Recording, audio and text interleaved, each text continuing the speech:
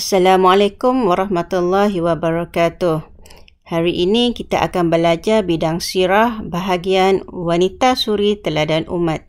Itu tajuk pada hari ini ialah Sayyidatina Aisyah radhiyallahu anhu. Siapa itu Sayyidatina Aisyah radhiyallahu anhu? Umum mengetahui bahawa Sayyidatina Aisyah ialah isteri Nabi Muhammad sallallahu alaihi wasallam. Apakah nama sebenar Sayyidatina Aisyah? Nama Sayyidatina Aisyah ialah Aisyah bin Abu Bakar. Sayyidatina Aisyah mendapat gelaran sebagai As-Siddiqah yang bermaksud wanita yang berkata benar. Dan beliau juga mendapat gelaran Al-Humaira iaitu bermaksud putih kemerah-merahan. Sayyidatina Aisyah berasal dari keturunan bangsawan Quraisy daripada suku Bani Taimi. Sayyidatina Aisyah merupakan isteri Rasulullah sallallahu alaihi wasallam. Beliau berkahwin dengan Rasulullah sallallahu alaihi wasallam pada bulan Syawal 3 tahun sebelum hijrah. Beliau wafat pada tahun 58 hijrah iaitu pada usia 67 tahun. Antara sifat utama Sayyidatina Aisyah radhiyallahu anhu ialah beliau seorang yang cerdas dan pintar. Sayyidatina Aisyah radhiyallahu anhu mendapat didikan daripada ayahandanya dan daripada Rasulullah sallallahu alaihi wasallam. Beliau rajin bertanya dan selalu mengikuti majlis ilmu Rasulullah sallallahu alaihi wasallam. Antara ilmu yang dikuasainya termasuklah Al-Quran, hadis, bahasa Arab, syair dan perubatan. Sifat utama yang kedua ialah sabar dan tabah. Ini berlaku apabila beliau telah difitnah oleh golongan munafik dalam peristiwa hadis al-fiqh. Beliau berserah diri kepada Allah Subhanahu wa taala. Akhirnya turun ayat Al-Quran membersihkan Sayyidatina Aisyah daripada fitnah tersebut. Dan sifat yang ketiga ialah beliau seorang yang pemurah dan lembut hati. Sayyidatina Aisyah radhiyallahu anhu sangat dermawan. Beliau suka bersedekah apa sahaja yang ada di tangannya. Beliau pernah memberikan sebiji kurma kepada seorang wanita bersama dengan 2 orang anaknya. Sedangkan itu sahajalah makanan yang beliau ada.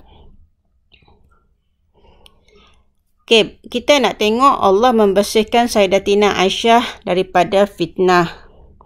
Peristiwa yang berlaku iaitu ketika Sayyidatina Aisyah mengiringi baginda Nabi Muhammad sallallahu alaihi wasallam ketika bermusafir. Ketika itu berlaku keadaan salah faham antara Aisyah dan Safwa. Aisyah difitnah kononnya berlaku curang dengan Safwan. Maka terturunlah ayat ini, di mana surah An-Nur ayat 11 yang menyatakan bahawa sesungguhnya orang yang membawa berita dusta itu ialah segolongan daripada kalangan kamu. Janganlah kamu menyangka berita yang dusta itu buruk bagi kamu. Bahkan berita itu baik bagi kamu. Setiap orang antara mereka akan beroleh hukuman sepadan dengan kesalahan yang dilakukannya.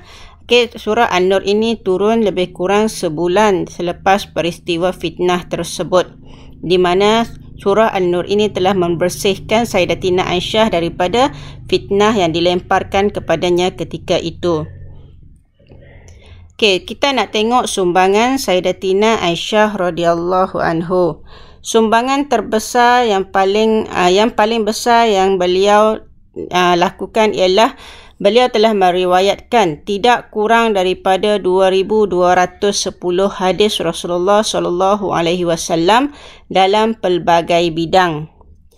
Sumbangan yang kedua ialah Sayyidatina Aisyah juga merupakan tempat rujukan para sahabat dan umat Islam selepas kewafatan Rasulullah sallallahu alaihi wasallam, terutamanya dalam hal kewanitaan dan kekeluargaan. Dan sumbangan yang ketiga ialah Sayyidatina Aisyah merupakan pakar dalam pelbagai bidang ilmu.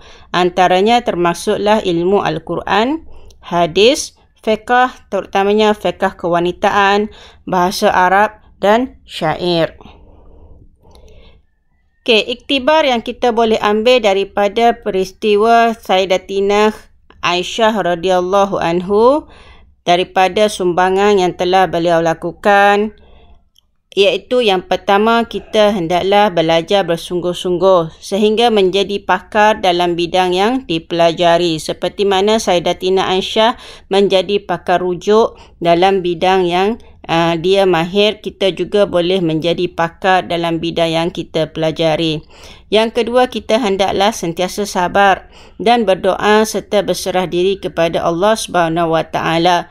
Kalau kita berada di jalan yang benar, jangan kita takut kepada fitnah, kerana Allah akan membantu orang-orang yang sentiasa berada di jalan yang benar.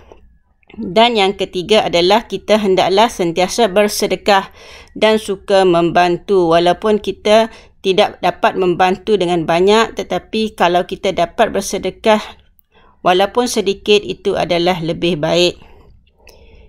Sekian sahaja pelajaran kita pada hari ini. Urwah pernah berkata kepada Sayyidatina Aisyah, "Ilmu pengetahuanmu yang luas tidak menghairankan saya, kerana dirimu isteri Rasulullah sallallahu alaihi wasallam dan anak kepada Abu Bakar." Okay, jadi kita boleh tengok di sini bahawa Sayyidatina Aisyah memang sangat luas ilmunya kerana dia telah mengikuti Rasulullah sejak daripada kecil lagi. Okay, jadi itu sahaja untuk kelas kita pada hari ini. Semoga kita berjumpa lagi di lain siaran.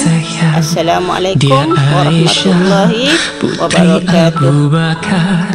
Istri Rasulullah.